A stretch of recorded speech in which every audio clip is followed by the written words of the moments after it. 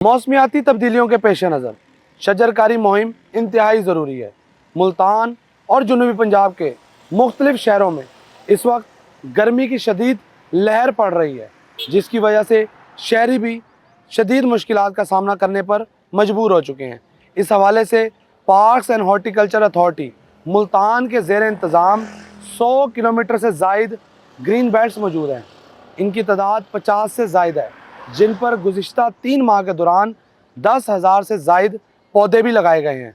ये पौधे green belts के साथ साथ मुख्तलिफ पार्क्स में भी लगाए गए हैं।